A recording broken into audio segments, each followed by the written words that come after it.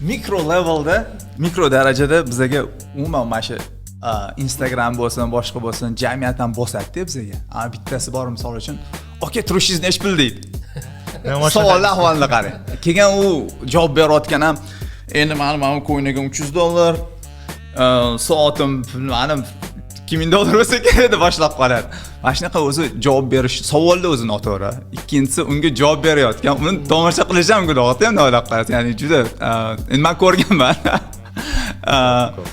Mana shunaqa savollarni o'zi mana hayot shunaqa ekan deb o'ylashi o'zi noto'g'ri. Biz misol uchun qanaqadir ma'noda Amerika buni boshqa tomonini ko'rsatadi. Amerikada baribir qanaqadir ma'noda haqiqiy boylar bu narsaga umuman e'tibor bermasligini ko'ramiz. To'g'rimi?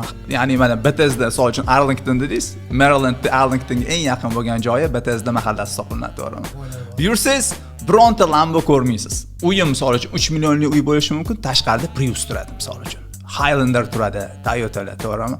Chunki haqiqiy boy hech qachon misol uchun, ya'ni uyda balki Rolex bo'lishi mumkin.